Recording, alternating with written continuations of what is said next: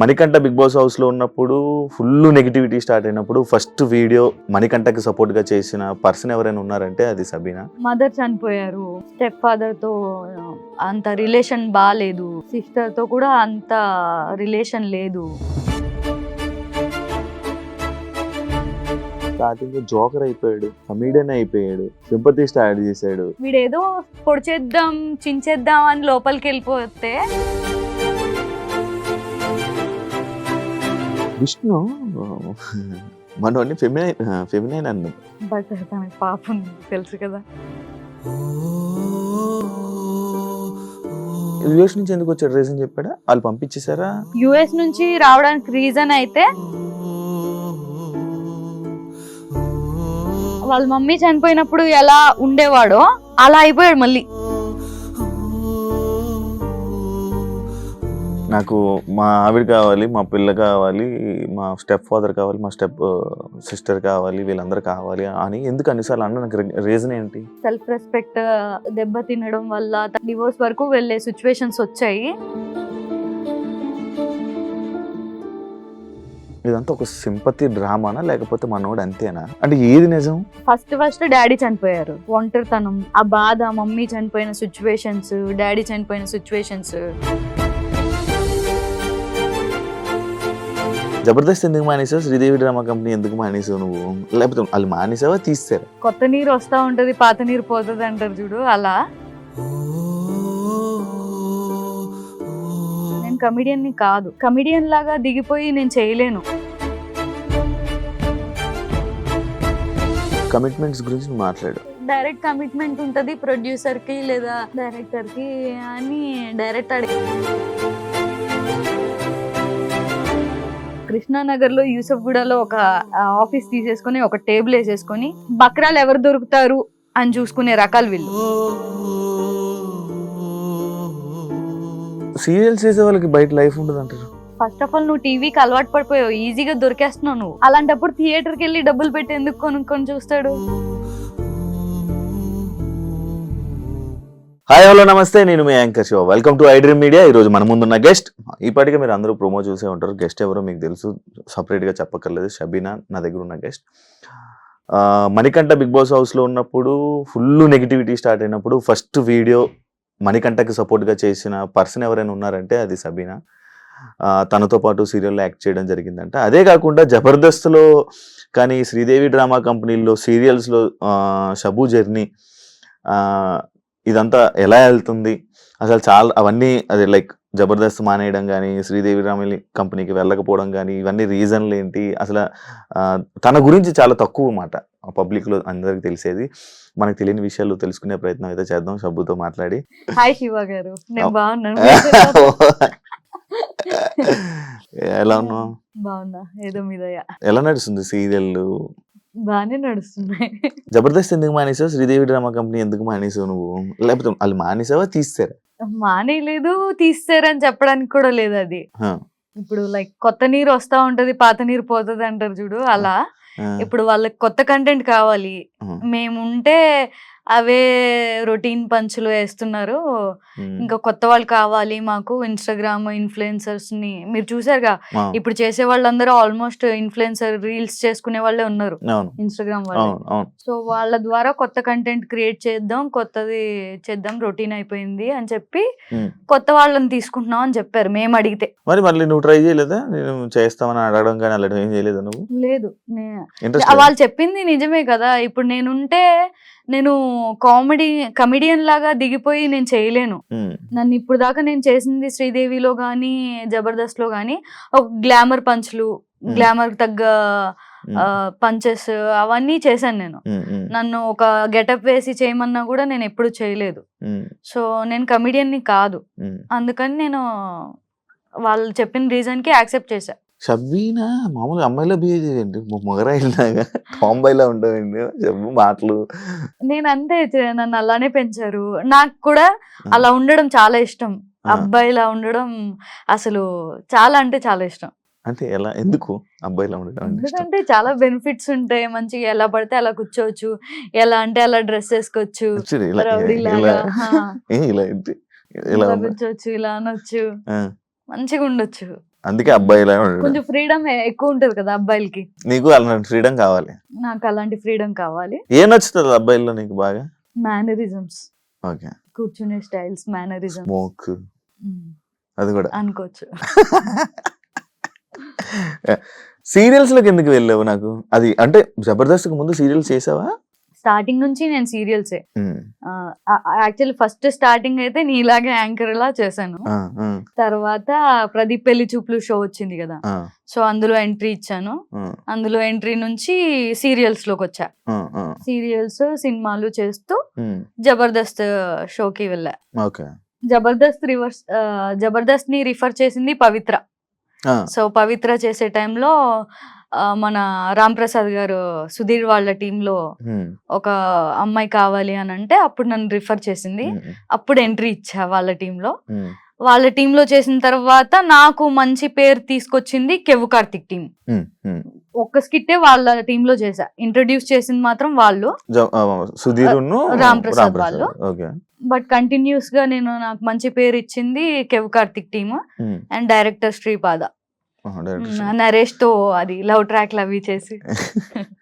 పవిత్ర ఇలాంటివన్నీ బాగా చేస్తుంది, సజెషన్లు గానీ. పవిత్ర అందరికి హెల్ప్ చేయడంలో ఫస్ట్ ఉంటుంది. సుధీర్ తో వీళ్ళందరితో ఇప్పుడు టచ్ లో ఉన్నా? ప్రెసెంట్ రామ్ ప్రసాద్ వీళ్ళందరూ టచ్ లో ఉన్నారు నీకు? రామ్ ప్రసాద్ గారు టచ్ లో ఉన్నారు. సుధీర్ అప్పుడు స్కిట్ చేసిన తర్వాత కొద్ది రోజులే ఆయన చేశారు కదా, తర్వాత నుంచి మూవీస్ అని బయటకు వచ్చేసారు. ఇప్పుడు బిగ్ బాస్ టాపిక్స్ లోకి వెళ్దాం కాసేపు సరదాగా. మణికంఠ గురించి వీడియో చేయాలని ఎందుకు అనిపించింది నీకు? నన్ను ఒక ఛానల్ వాళ్ళు అడిగారు, బేసిక్ గా ఇంటర్వ్యూ కుదరలేదు. సో చాలా సార్లు కుదరలేదు పాపం, అందుకని ఒక 2 minutes వీడియో ఇన్స్టాగ్రామ్ లో చేసి పంపించాను. ఎందుకంటే నాకు ఒక మా అన్నయ్య ఎలాగునో అలానే ఫీల్ అవుతా మణికంఠ. నేను కస్తూరి సీరియల్లో 1.5 year వర్క్ చేశాను. సో అందులో నాకు బ్రదర్ క్యారెక్టర్ గా చేశాడు. అలానే కనెక్ట్ అయిపోయాడు. బ్రో అనే పిలుస్తాను నేను. తను కూడా తనకి యాక్చువల్లీ ఎవరు లేరు ఏది షేర్ చేసుకున్నా అన్నా. ఎవరు లేరు. మా తాతయ్య అండ్ తను కలిసి ఉండేవాళ్ళు. స్టెప్ బ్రదర్, సిస్టర్ వేరే ఇంట్లో ఉండేవాళ్ళు. సో దీనికి ఒక ఇంట్లో తను సీరియల్స్ చేసుకుంటూ తన కెరియర్ చూసుకునేవాళ్ళు. సో అంత షేరింగ్ ఎక్కువ ఎవరు ఉండేవాళ్ళు కాదు. నాతో కనెక్ట్ అయ్యి నాతో పంచుకునేవాడు ప్రతిదీ. ఏం పంచుకునేవాడు? నార్మల్ గా ఏం షేర్ చేసుకునేవాడు? మామూలుగా ఇంట్లో కష్టాలు ఎవరికైనా ఏముంటాయి. ఇప్పుడు తన ఇంట్లో అయితే బేసిక్ గా మదర్ చనిపోయిన తర్వాత నుంచి స్టెప్ ఫాదర్ తో అంత రిలేషన్ బాలేదు. సిస్టర్ తో కూడా అంత రిలేషన్ లేదు. తాతయ్యతో రిలేషన్ ఉండింది. బట్ తన టార్గెట్ ఏంటి, ఎప్పటికైనా సెటిల్ అవ్వాలి అని చెప్పి.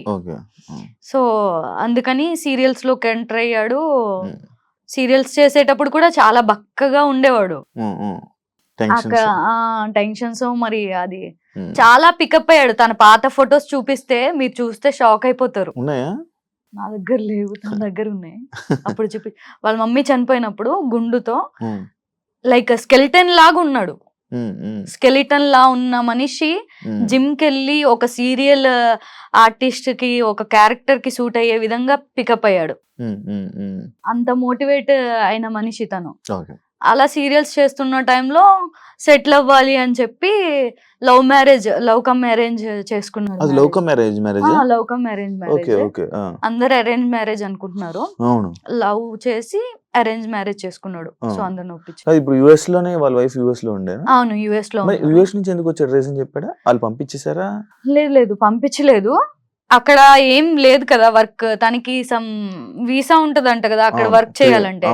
ఆ వీసా ఇప్పిస్తా అని చెప్పి తను చెప్పింది వదిన.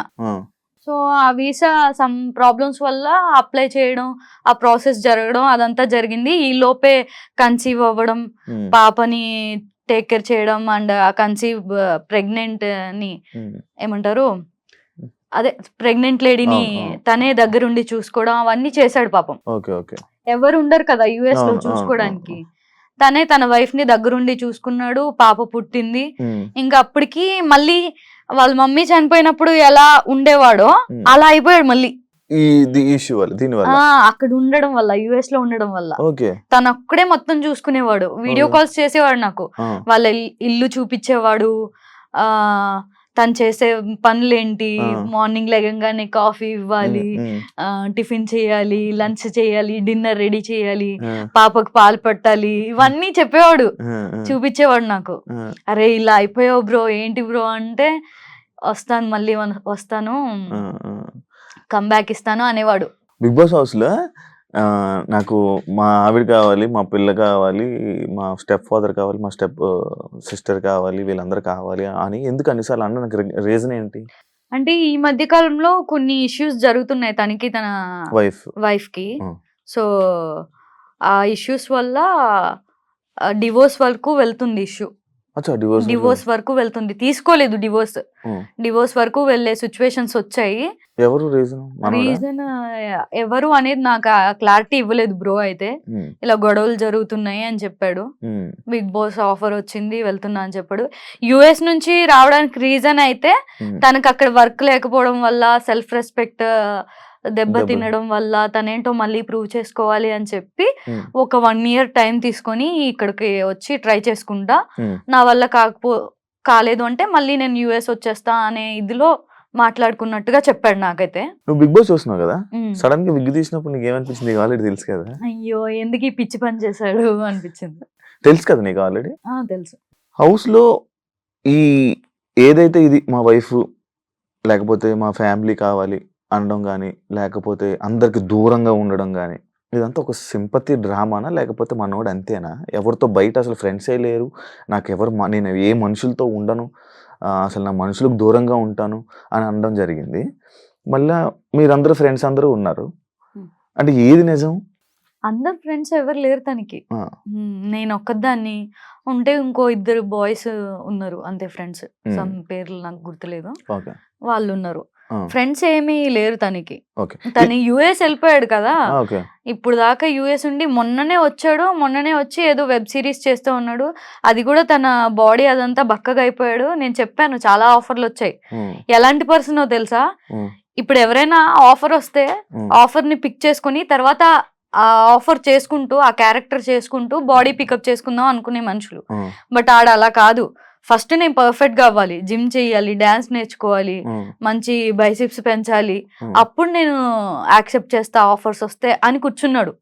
ఇన్ని రోజులు ఎంతో కొంత పికప్ అయ్యాడంటే ఇన్ని రోజులు గ్యాప్ తీసుకున్నాడు. ఇండియాకి వచ్చి అవన్నీ చేసుకుంటున్న టైంలో డైరెక్ట్ బిగ్ బాస్ వచ్చింది. వీడేమనుకున్నాడు, సీరియల్ హీరోగా ఎంట్రీ ఇద్దాం అనుకున్నాడు. హీరోగా వచ్చాయి ఆఫర్స్, బట్ ఇంకొంచెం హీరోకి తగ్గట్టుగా బాడీ ఉండాలి అని చెప్పి వెయిట్ చేశాడు అనమాట.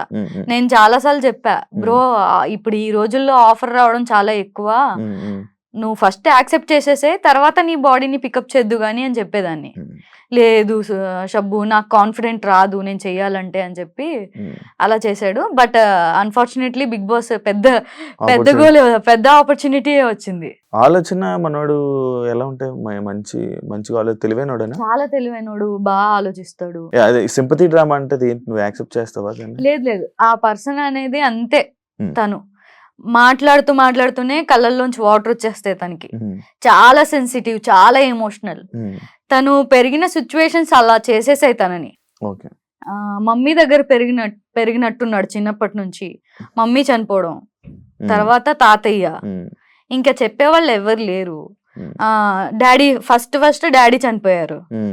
సో డాడీ లేకపోవడం, మమ్మీ లేకపోవడం, తాతయ్యతోనే ఉండడం, ఒంటరితనం, ఆ బాధ, మమ్మీ చనిపోయిన సిచ్యువేషన్స్, డాడీ చనిపోయిన సిచ్యువేషన్స్, మేబీ వాళ్ళ స్టెప్ ఫాదర్ ట్రీట్ చేసిన సిచ్యువేషన్స్ కూడా అయి ఉండొచ్చు, అవి మనకు తెలీదు. ఫాదర్ టాపిక్ వచ్చింది. ఫాదర్ ఫుల్ బర్త్డేస్ కూడా చేసుకోవు, ఏవి అంత సెలబ్రేషన్స్ ఏమి ఉండవు, ఎప్పుడప్పుడు లోన్ ఫీల్ అవుతావు. ఫాదర్ అనగానే లైక్ ఏ స్టోరీ చేసినా బాగా కనెక్ట్ అయిపోతుంటావు. ఏంది కదా, నాకు చాలా ఇష్టం చిన్నప్పటి నుంచి డాడీ కూర్చి. మా డాడీ అంటే భయం ఉండేది, అండ్ ఆయన అంటే రెస్పెక్ట్, కేరింగ్ అవన్నీ చాలా ఎక్కువ చూపించిన వ్యక్తి నా లైఫ్ లో. సో నాకు చాలా ఇష్టం మా డాడీ అంటే. ఎప్పుడు జరిగింది ఇదంతా? నేను 8th క్లాస్ లో ఉన్నప్పుడు ఆయనకి హార్ట్ అటాక్ వచ్చి చనిపోయారు. సో అప్పటి నుంచి మా అన్నయ్య చూసుకున్నాడు. ఎప్పుడు ఎన్ని ఇయర్స్ అయింది పెళ్లి చేసుకుని? మొన్ననే ఇప్పుడు ఈ నవంబర్ వస్తే 2 years అవుతుంది. 2 years. అప్పుడు సోషల్ మీడియా ఫుల్ సార్ సబీనాకి Hmm. పెళ్లి బాయ్ ఫ్రెండ్ అని. ఎలా ఉంది ఇప్పుడు? హ్యాపీయా మొత్తం? Super happy. Super happy. ఎన్ని 7 years కదా? 7 years. 7 years. పాప బాబు ప్లానింగ్స్ ఇంకా టైం ఉంది, సెటిల్ అవ్వలేదు కదా. ఇంకా సెటిల్ అవ్వలేదని వెయిట్ చేస్తున్నా. Hmm. ఓకే. లోటు కనిపిస్తుందా ఆన్లైన్ లోటు? చాలా. ఉమ్, ఇప్పుడు కూడా ఆయన లేకుండా ఇన్ని సంవత్సరాలు ఎలా గడిచిపోయాయా అనిపిస్తుంది. ఉమ్, చాలా కష్టం డాడీ లేకపోతే. ఉమ్, ఒక ఫ్యామిలీ రోడ్డు మీద పడిపోయినట్టే. ఉమ్, ఆ, ఇంకా మా అన్నయ్య చూసుకున్నాడు కాబట్టి ఉమ్, మేబీ మా నాన్నగారు ఉండుంటే ఈ ఫీల్డ్లోకి వచ్చేదాన్ని కాదేమో. ఉమ్. మంచిగా చదువుకొని మంచిగా సెటిల్ అయిన వాళ్ళకి ఇచ్చి పెళ్లి చేసే వాళ్ళు ఈ పాటికి నాకు 2-3 పిల్లలు ఉండేవాళ్ళు. ఇంత నీకు బిజినెస్ చేయాలని కానీ లేకపోతే వీటి మీద చాలా ఇంట్రెస్ట్ అవును. కదా? ఏదో ఒకటి చెయ్యాలి, బిజినెస్ చేయాలి, ఇది చేయాలి. ఒకసారి రంజాన్కి నువ్వు హలీం హలీం కూడా పెట్టడం జరిగింది. హలీం స్టాల్స్. ఎందుకు బిజినెస్ అంత ఇష్టం? ఎందుకు అంత ఇండస్ట్రీలో ఉండి ఆ బిజినెస్ మీద ఎందుకు వెళ్తూ ఉంటావు నువ్వు?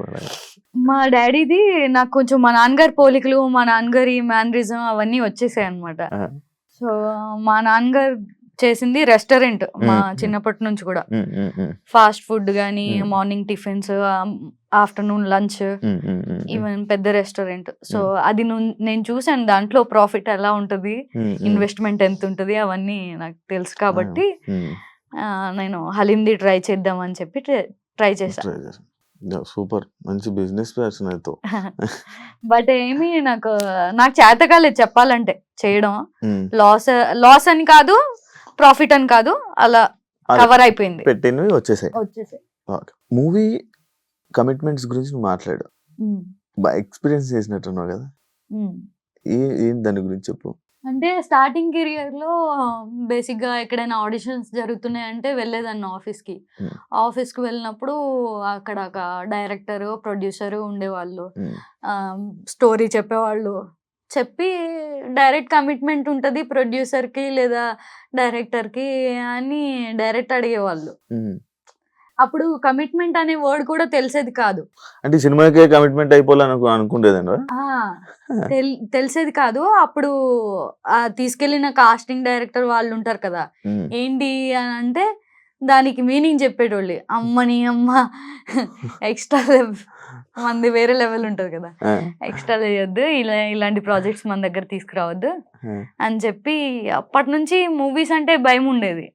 బట్ తర్వాత నాకు అర్థమైంది ఏంటంటే ఏదైతే కమిట్మెంట్స్ ఇలా కాస్టింగ్ కౌచ్ ఉంటుందో వీళ్ళందరూ అడిగిన వాళ్ళు ఇలా చేసేటోళ్ళు ఎవరి సినిమా కూడా సెట్స్ మీదకి వెళ్ళదు.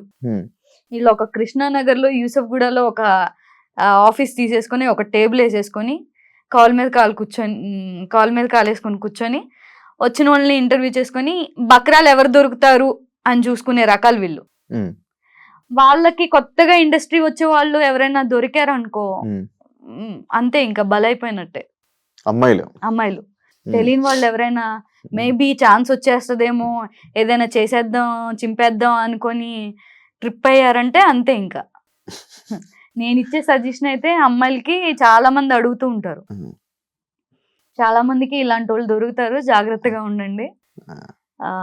మన చేతుల్లో ఉంటది మనం ఏం చేయాలి అన్న. మనం ఎలా ఉన్నా కూడా మనకు ఆఫర్స్ వస్తాయి మనలో టాలెంట్ ఉంటే. నీ జీవితంలో నీకు బాగా ఎక్స్పీరియన్స్ అయ్యి చాలా లైఫ్ లో అప్ అండ్ డౌన్ చూసో, లైఫ్ లో చాలా ఎక్స్పీరియన్స్ అయ్యో, కొన్ని నీతి సూక్తులు చెప్తుంటావు అప్పుడప్పుడు. చెప్పాను నార్మల్గా తెలుస్తాయి కదా, నాకు అర్థమవుతుంది కదా చెప్తున్నప్పుడు, మాట్లాడుతున్నప్పుడు. మంచి ఎక్స్పీరియన్స్. లైక్ ఏం నేర్చుకున్నావు లైఫ్ లో? ఈ లైఫ్ జర్నీలో నువ్వు ఏం నేర్చుకున్నావు? నాకేం నేర్చుకున్నట్టు ఏం అనిపించట్లేదు. నేర్చుకోలేదు ఏంటి? పేషెన్స్ ఎక్కువ ఉండాలి, కోపం తక్కువ ఉండాలి,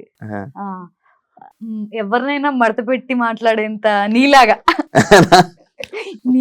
ఎవరినైనా మడత పెట్టి మాట్లాడేంత టాలెంట్ ఉండాలి. నేను మడత పెట్టి మాట్లాడతానా బాగా? బేసిక్ గా ఇండస్ట్రీలో ఎక్కువ కాలం ఉండాలంటే కోపం తక్కువ ఉండాలి, పేషెన్స్ ఎక్కువ ఉండాలి, మాట్లాడడం రావాలి, ఒబీడియంట్ గా ఉండాలి, రెస్పెక్ట్ఫుల్ గా ఉండాలి. ఇది నేర్చుకున్నా. సీరియల్స్ నీకు బాగా నడుస్తుందా? బాగుంది. పేమెంట్ల పరంగా, దీని పరంగా. నీకు జీవితంతో సీరియల్స్ వేసుకుని ఉంటావు, సినిమాలకి వాటికి ట్రై చేయవా? చేస్తున్నా. మ్మ్. రీసెంట్ గా రాస్టర్ ఉంది, భలే ఉన్నాడే మూవీ చేసా. మ్మ్. ఇంకొకటి ప్రియదర్శి గారు చేసా, అది రిలీజ్ కి ఉంది. మ్మ్. మ్మ్. హీరోయిన్ ఫ్రెండ్ క్యారెక్టర్స్ వస్తున్నాయి నాకు ఎక్కువ. యాక్టింగ్ ఫీల్డ్ లోని సీరియల్స్ అంటే సీరియల్, సినిమాకి సీరియల్ కి సంబంధం లేదంటారు. సీరియల్స్ అంటే ఒక చూపు చూస్తారు, సీరియల్స్ అంటే లైక్ ఉన్నది అది ఉంది. చూస్తారు, బట్ చాలా మంది చేసుకుంటున్నారు కదా, సీరియల్స్ చేసిన వాళ్ళే మూవీస్ కూడా చేస్తున్నారు. బట్ ఏంటంటే హీరోయిన్ గా రావాలంటే కష్టం. మ్మ్. హీరోయిన్ ఫ్రెండ్ క్యారెక్టర్స్ లేదా వదిన క్యారెక్టర్లు ఇవి చేసుకోగలరు కానీ మ్మ్. హీరోయిన్ లాగా రాలేరు. మ్మ్. మ్మ్. ఇప్పుడు ఎవరైనా సరే ఒక యాంకర్ గా చేసిన వాడు హీరో అవుతున్నాడు అంటే వాడి సినిమా ఖచ్చితంగా అవును. హిట్ అవ్వదు, అవును. అది ఎంత మంచి స్టోరీ అయినా. అవును. నిన్ను టీవీ స్క్రీన్ లో చూసే మనిషిని మ్మ్. థియేటర్ లోకి వెళ్ళి చూడాలి అని జనాలు అనుకోరు. మ్మ్. మ్మ్. ఫస్ట్ ఆఫ్ ఆల్ నువ్వు టీవీకి అలవాటు పడిపోయావు, ఈజీగా దొరికేస్తున్నావు నువ్వు చూడడానికి. అవును. అలాంటప్పుడు థియేటర్కి వెళ్ళి డబ్బులు పెట్టి ఎందుకు కొనుక్కొని చూస్తాడు? అవును. అంత నాకు తెలిసినంత వరకు వెళ్ళరు జనాలు. మ్మ్. మేబీ ఎంతో మెప్పించి ఎంతో ఎక్కువ ఫ్యాన్స్ ఉంటే మ్మ్. అరే వెళ్ళాలి మనోడు మ్మ్. అనే ఒక రెస్పెక్ట్ తో వెళ్తారు కానీ మ్మ్. సంథింగ్ ఏదో బజ్ ఉందని వెళ్ళరని నా ఒపీనియన్. మనకంటే బయటకు వచ్చి నీతో మాట్లాడి మళ్ళీ నార్మల్గా ఉంటాడు అనుకుంటున్నావా? అనుకున్నా ఉంటాడా? ఉంటాడు. వాడు నాకు కాల్ చేసేది ఎప్పుడో తెలుసా, వాళ్ళు లోలో ఉండి ఏదో గొడవ జరిగి ఏదో ఇష్యూ అయినప్పుడు చేస్తాడు. ఇప్పుడు హ్యాపీలో ఉంటాడు కదా, మరి నువ్వు గుర్తురావు కదా. గుర్తురాని మేబీ.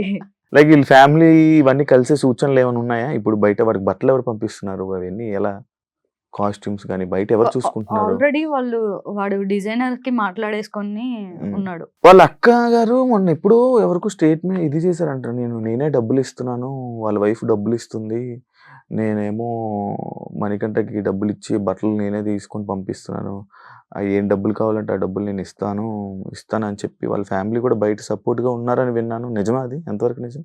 అది నాకు తెలీదు. తను చెప్పింది అయితే నాకు డిజైనర్ కి మాట్లాడాడు బట్టల సంగతి.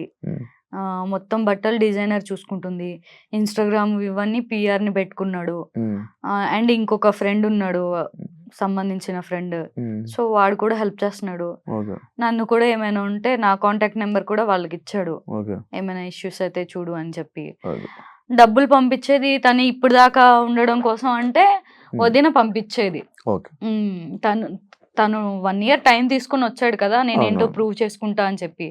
సో తను జాబ్లెస్ ఇక్కడికి వచ్చినప్పుడు జీరో. సో వదిన తన రెంట్ కి సంబంధించి అది పాపను వదిలేసి వెళ్ళారు. పాపని వీడే చూసుకున్నాడు. వాళ్ళ ఎవరు వదిన వాళ్ళ అమ్మ నాన్న దగ్గర అండ్ మనీ బ్రో దగ్గర పాప ఉండేది. ఒక 6 months 4 months ఉండింది. మొన్ననే బర్త్డేకి మళ్ళీ వదిన వచ్చి పాప బర్త్డే చేసి ఫస్ట్ బర్త్డే తను తీసుకెళ్ళింది మళ్ళీ. విష్ణు మనోని ఫెమినైన్ అన్నది తెలుసా? అది ఏంటి, దాని గురించి నీ రియాక్షన్ ఏంటి? తన బిహేవియర్ కొంచెం అలా ఉంటుంది కాబట్టి అలా అని ఉండొచ్చు, బట్ తనకు పాప ఉంది తెలుసు కదా, మంచి వ్యక్తి, అలాంటి పర్సన్ ఏం కాదు. అలా ఉంటాడు, పెరిగిన వాతావరణం అలాంటిది. ఇప్పుడు మమ్మీ దగ్గర పెరగడం వల్ల క్యూట్నెస్ అలా ఉండొచ్చు. గేమ్ అంతా చూస్తున్నావు కదా మణికంఠ గేమ్, నీకేమనిపిస్తుంది? ఏమనిపిస్తుంది, బాగా ఆడుతున్నాడు. ఒక ఇంట్లో ఒక చిన్న పిల్ల కొద్ది రోజులు హాలిడేస్ కి బయటికి వెళ్ళిపోతే ఇల్లంతా బోసిపోయినట్టు ఎలా ఉంటది, అలా ఉంటది తను వచ్చేస్తే అని నా ఫీలింగ్. నార్మల్ గా వెళ్ళిన స్టార్టింగ్ జోకర్ అయిపోయాడు, కమెడియన్ అయిపోయాడు, సింపతి స్టార్ట్ చేశాడు. ఏంట్రా విచిత్రమైన బిహేవియర్, ఏంట్రా ఒక అట్రాక్షన్, ఎలా అంటే ఏం వ్యక్తిత్వం అన్నట్టు జనాల నుంచి కామెంట్స్ వచ్చాయి కదా. అంటే ఇప్పుడు బిగ్ బాస్ కంటెస్టెంట్స్ అందరూ కూడా అందులో బక్క పర్సనాలిటీ ఎవరు, వాడి 100% ఇస్తాడా లేదా అనేది ఆట చూసి డిసైడ్ చేయరు. ఫస్ట్ చూడంగానే వీడు వీక్ అని తెలిసిపోతుంది, బక్కగా ఉండి కొంచెం చిన్నగా ఉంటే. సో ఆ రకంగా అందరికి మైండ్ లో ఫిక్స్ అయిపోయినట్టుంది మేబీ. దట్టు ఫస్ట్ డే ఆయన డైరెక్టర్ గారు వచ్చి ఎలిమినేట్ చేశారు కదా, వీడు ప్రాంక్ చేస్తున్నారా ఏంటి అని ఆలోచించకుండా టెన్షన్ పడిపోయాడు కదా పాపం. వీడేదో పొడిచేద్దాం చించేద్దాం అని లోపలికి వెళ్ళిపోతే సడన్ గా నువ్వు బయటకు వచ్చేస్తున్నావు, ఎలిమినేట్ చేసేస్తున్నావు అనేటప్పటికి వాడికి భయం వేసేసింది. భయం వేసేసి ఆ ఎమోషన్ లో ట్రిగర్ అయిపోయి చెప్పేశాడు అన్ని, బయట పాస్ట్ విషయాలన్నీ. నేను అప్పటికి చెప్పి పంపించాను శివ, అస్సలు ఏడవద్దు, ఏడిస్తే అస్సలు నచ్చదు జనాలకి, పాస్ట్ గురించి అస్సలు చెప్పకు, పర్సనల్ విషయాలు అస్సలు షేర్ చేయకు, స్ట్రాంగ్ గా ఉండు, పాయింట్ మాట్లాడు అని చెప్పి పంపించా. అది స్టార్టింగ్ వెళ్ళంగానే వెళ్ళిన రోజే ఏడ్చి నా గురించి చెప్పేశాడు, నా గురించి మీకు తెలీదు అని చెప్పి. అబ్బాయి అనుకున్నా. ఇంకా అంతే, అతను అలానే ఉంటాడు. బట్ అది రియల్, తన లైఫ్ లో ఏదైతే జరిగిందో అదే తను చెప్పాడు. బట్ ఎవరైనా ఫీల్ అవుతారు ఆ టైంలో, ఇప్పుడు ఇంత కష్టపడి లోపలికి వచ్చి ఇప్పుడే ఎలిమినేట్ అయిపోతున్నా అంటే ఎవడైనా తన గురించి చెప్పుకోవాలి, ఏమంటారు, కన్విన్స్ చేయాలి అనే చూస్తాడు. ఈ విధంగా కన్విన్స్ చేశాడు. అనుకుంటున్నా ఖచ్చితంగా. యాక్చువల్లీ ఇప్పుడు వరకు ఉంటాడని అనుకోలేదు, బట్ చాలా గ్రేట్, మంచిగా ఆడుతున్నాడు, అందరితో ఫ్రెండ్షిప్ చేస్తూ. ఎవరు నచ్చారు బిగ్ బాస్? నబీల్, సీత, మణికంఠ. ఇంకెవరు నచ్చలేదు? యష్మి. ఇంకెవరు నచ్చలే? ఎందుకు నచ్చలేదు? రీజన్ ఏంటి? బాగా ఆడట్లేదు ఈసారి బిగ్ బాస్. నాకు ఎందుకో అంత నచ్చలేదు, అంత ఇంట్రెస్టింగ్ గా లేదు. నేను ఇప్పుడు బిగ్ బాస్ చూస్తున్నా అంటే బికాస్ ఆఫ్ మణికంఠ వల్లే. మణికంఠ ఏం చేస్తున్నాడు, ఈ రోజు ఏం దోలు పని చేశాడు, ఈ రోజు ఏం స్మార్ట్ మూవ్ వేసాడు అని చెప్పి చూడడం తప్ప ఇంకా నార్మల్ గా అయితే అంత ఇంట్రెస్టింగ్ అనిపించట్లేదు నాకు ఈ సీజన్. ఎందుకో పెద్ద స్టేట్మెంటే నిజంగా, ఎందుకు అంత ఇంట్రెస్టింగ్ నేను ఎవ్రీ సీజన్ చూస్తా, ఈ సీజన్ అంత ఇంట్రెస్టింగ్ అనిపించలేదు. ఓన్లీ మణికంఠ వల్ల చూస్తున్నా నేనైతే. కాదు, మణికంఠ పూర్తి పేరు చెప్పాడు, చూసావు నువ్వు? రియల్? అది రియలే. ఆధార్ కార్డ్ లో నా పేరు ఉంటదా? ఆధార్ కార్డ్ లో ఉందో లేదో తెలియదు కానీ చెప్పాడు నేను సీరియల్ లో చేసేటప్పుడు. ఆ పూర్తి పేరు చెప్పు ఒకసారి. గుర్తుంటుంది, ఫ్రెండ్ కదా, పూర్తి పేరు చెప్పు. నేనెందుకు గుర్తుపెట్టుకుంటా? ఎవరైనా పొగిడిన మణికంఠని, ఎవరైనా ఏదైనా లైక్ అప్రిషియేట్ చేసినా కానీ, ఏదో చెప్పినా మనం రియాక్షన్ ఏంటి, షాకింగ్ రియాక్షన్లు ఉంటాయి. ఇలా కింద కూర్చొని ఏం ఆలోచించేస్తాడు, ఎందుకు అలా ఫేస్ పెడతాడు? నార్మల్ గా కూడా సీరియల్ లో కూడా ఆలోచిస్తుంటాడు, సెట్స్ లో ఉన్నప్పుడు కూడా ఇట్లా ఇట్లా ఆలోచించుకుంటూ ఉంటాడు. ఎక్స్ప్రెషన్స్ ఎవడేంటి పొగిడినా కూడా. ఒక రోజు సీరియల్ షూట్ 5 days అనుకో, 5 days లో ఖచ్చితంగా 1 day సాడ్ గా ఉంటాడు, 1 day ఫుల్ యాక్టివ్ ఉంటాడు, 1 day ఆలోచించుకుంటూ ఏంట్రా లైఫ్ అన్నట్టు ఓ తెగ ఆలోచించేస్తూ ఉంటాడు. సో ఈ కైండ్ ఆఫ్ పర్సన్ తను సెట్ లో అలానే ఉంటాడు. ఇప్పుడు అక్కడ లోపల కూడా ఇంట్లో కూడా అలానే ఉంటున్నాడు, 1 day ఫుల్ యాక్టివ్ కనిపిస్తాడు, 1 day ఆలోచించుకుంటూ ఉంటాడు, 1 day ఎమోషనల్ గా ఏడుస్తూ గుర్తు తెచ్చుకొని ఏడుస్తూ ఉంటాడు. అయితే ఇప్పుడు వీళ్ళ ఫాదర్ వీళ్ళ అక్క అందరూ ఇప్పుడు హైదరాబాద్, మన వాళ్ళ వైఫ్ వాళ్ళ పాప యుఎస్ లో ఉన్నారు, మనోడు ఒక్కడే ఇక్కడ ఉంటాడు, మనోడు సపరేట్ ఉంటాడు వీళ్ళతో. ఓకే, ఏం చెప్పాలనుకుంటున్నా ఫైనల్ గా మణికంఠ గేమ్ గురించి కానీ, మణికంఠ సపోర్ట్ కానీ నీ గురించి ఏం చెప్పాలనుకుంటున్నావు ఆడియన్స్ కి? మణికంఠ చాలా బాగా ఆడుతున్నాడు, ఇప్పుడిప్పుడే టాస్క్ల్లో ఎంట్రీ ఇస్తున్నాడు, టాస్క్లు చేయడంలో. టాస్క్ల్లో కూడా బాగా ఆడితే ఖచ్చితంగా టాప్ 5 లో ఉంటాడు అనుకుంటున్నాను. మీ అందరి సపోర్ట్ కూడా చాలా అవసరం. తను ఏదో లైఫ్లో ప్రూవ్ చేసుకోవాలి అని యుఎస్ నుంచి ఇక్కడికి వచ్చాడు. సో ఖచ్చితంగా మన సపోర్ట్ ఉండాలి. తను ఆడితేనే మీరు ఓట్ చేయండి అని నేను అంటాను, ఆడకుండా ఎందుకు ఓట్ చేయడం ఎవరు కూడా చేయరు. సో తన ఆట నాకైతే నచ్చింది, మీ అందరికి కూడా నచ్చింది అనుకుంటున్నా. థ్యాంక్ యూ సబ్బు. థ్యాంక్ యూ సబీనా, ఇంటర్వ్యూ ఇచ్చినందుకు. థ్యాంక్ యూ శివ గారు. ఇంటర్వ్యూ ఇచ్చినందుకు, నీ జర్నీని కూడా షేర్ చేసుకున్నందుకు, నువ్వు కూడా మంచి సక్సెస్ అవ్వాలని, నువ్వు కూడా బిగ్ బాస్కి వెళ్ళాలని ఆలోచన ఉంది కాబట్టి వెళ్ళిపోవాలని, నీకు ఇంట్రెస్ట్ ఉంది కాబట్టి వెళ్ళిపోవాలని కోరుకుంటూ థ్యాంక్ యూ సో మచ్. చూసారు కదా ఇంటర్వ్యూ. ఇంకొక ఇంటర్వ్యూతో మళ్ళీ మీ ముందుకు వస్తా. అంతవరకు సెలవు.